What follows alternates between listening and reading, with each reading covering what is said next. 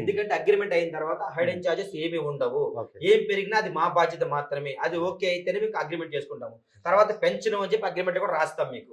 Doubt ఏం అవసరం లేదు. ఎందుకంటే మేము థర్డ్ పార్టీ కాదు, మేము డైరెక్ట్ గా కస్టమర్ టు కస్టమర్ బీటూబీ అనమాట మేము.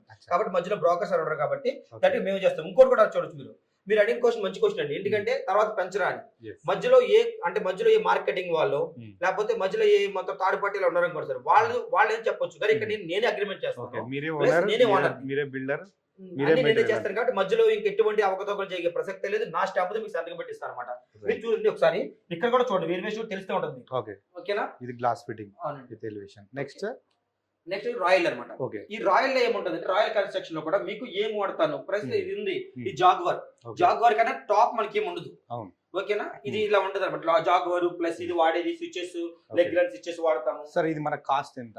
లగ్జరీ వచ్చేటప్పటికి 2200 దాకా అవుతుంది మనకి. ఓకే, మనకి ఇది రాయల్ వచ్చేసి 2400 దాకా అవుతుంది.